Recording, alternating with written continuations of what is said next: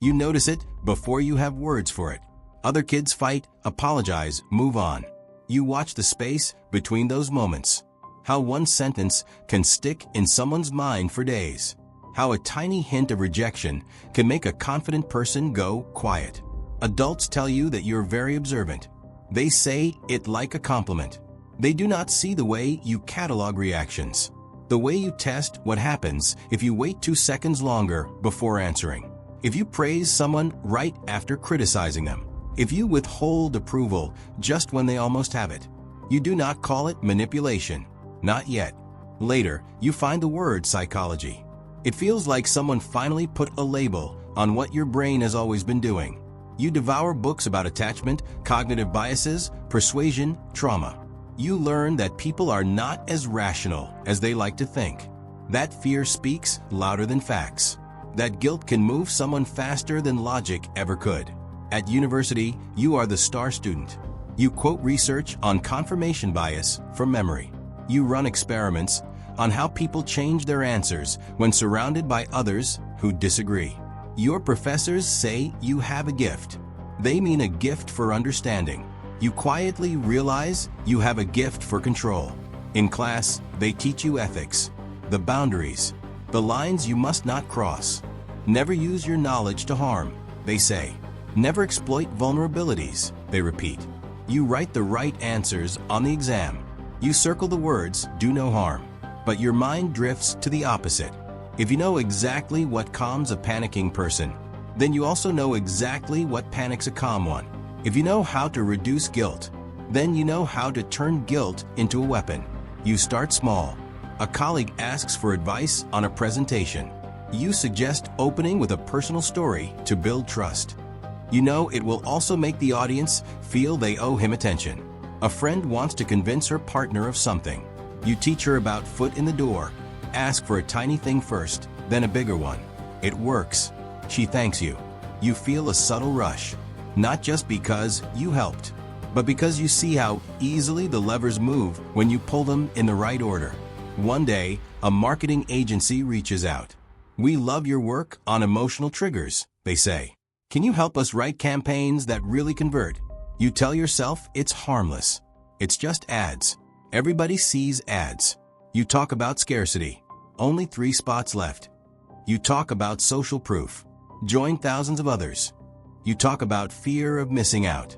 The campaigns outperform everything they've done before.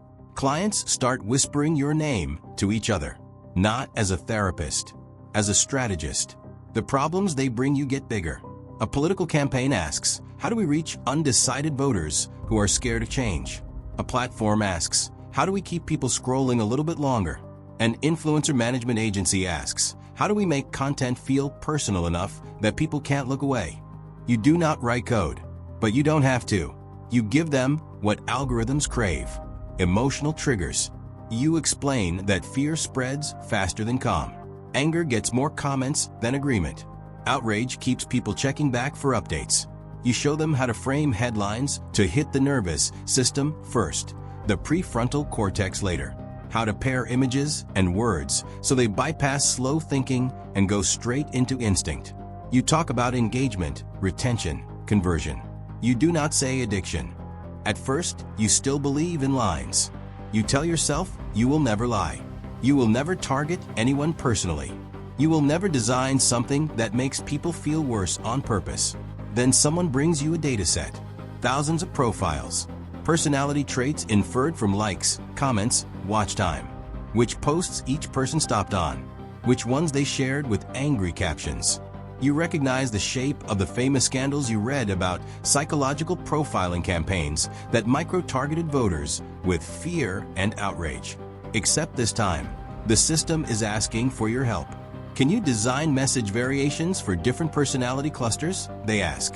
Can you tell us what combination of fear, hope, and belonging will move each type? You hesitate. Then you start mapping. For anxious people, you craft messages that promise safety if they act now. For angry people, you amplify threats and enemies, giving them somewhere to point their rage. For lonely people, you emphasize community. People like you are finally being heard. You are not lying. You are just arranging truth into shapes that push. The results are undeniable. Click-through rates climb. Watch time soars. Donation pages and checkout carts fill faster than any A/B test without your touch. You get promoted. Your calendar fills with calls. Companies treat you like a secret weapon. At night, you scroll through social media and see your fingerprints everywhere. Posts that ask loaded questions to trigger guilt. Videos that start with "you're probably wondering why your life feels like this," and then pour salt into half-healed wounds. Headlines crafted to make people furious before they even know what the topic is. You recognize the structure, the pacing. Even when you didn't write that particular script, you can tell someone else learned from the same playbook. Maybe from you. People in your therapy sessions, the ones you still keep to stay grounded, start describing symptoms. "I can't stop scrolling even though it makes me feel worse. Everything online feels like it's designed to make me angry or scared. I don't know what I really think anymore. I just react." You nod. You teach them about boundaries, dopamine, digital hygiene. You do not tell them you helped design the hooks they are trying to escape. Your knowledge of dark psychology was supposed to protect people from manipulation. Instead, it has become a service, a product line. Brands pay you to make people associate discomfort with not buying. Campaigns pay you to associate safety with one side and catastrophe with the other. Platforms pay you to remove friction, to keep people inside loops you helped map in their nervous systems. You tell yourself that if you didn't do it, someone else would. You tell yourself that you need money, reputation, future options. You tell yourself you are just observing again. But you are not just observing. You are tuning. You notice something else. Your own brain does not sit outside the system. You start checking your phone more. You catch yourself reacting to content you know is built on the very triggers you designed. You feel anger flare up, fear tighten your chest, envy sting your thoughts. You know exactly which buttons are being pushed. You do not always stop yourself from being pushed anyway. At dinner, someone mentions a political story. You know the framing that made it viral. You remember the slide deck where you suggested testing that angle. Your friends argue. They believe they are thinking for themselves. You see the invisible hand on their backs. Sometimes that hand is yours. Sleep becomes thin. Your mind replays meetings where people celebrated record engagement. Nobody asked what kind of emotions were being engaged. You recall research about how chronic outrage and fear can reshape brains, increase anxiety, polarize communities. You also recall your own notes. Fear spreads faster. Outrage comments more. Guilt converts. On bad nights, you open anonymous forums where people rant about dark psychology tricks and how they feel played by algorithms and influencers. You scroll through threads where users describe being pulled into communities that validated their worst fears, where slowly, over months, their worldview narrowed until everything felt like a threat. You recognize the funnel shapes.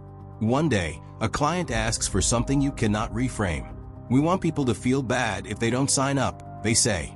"We want the page to make them feel like they are failing their family if they say no." They use your own vocabulary back at you. Loss aversion, social proof, guilt.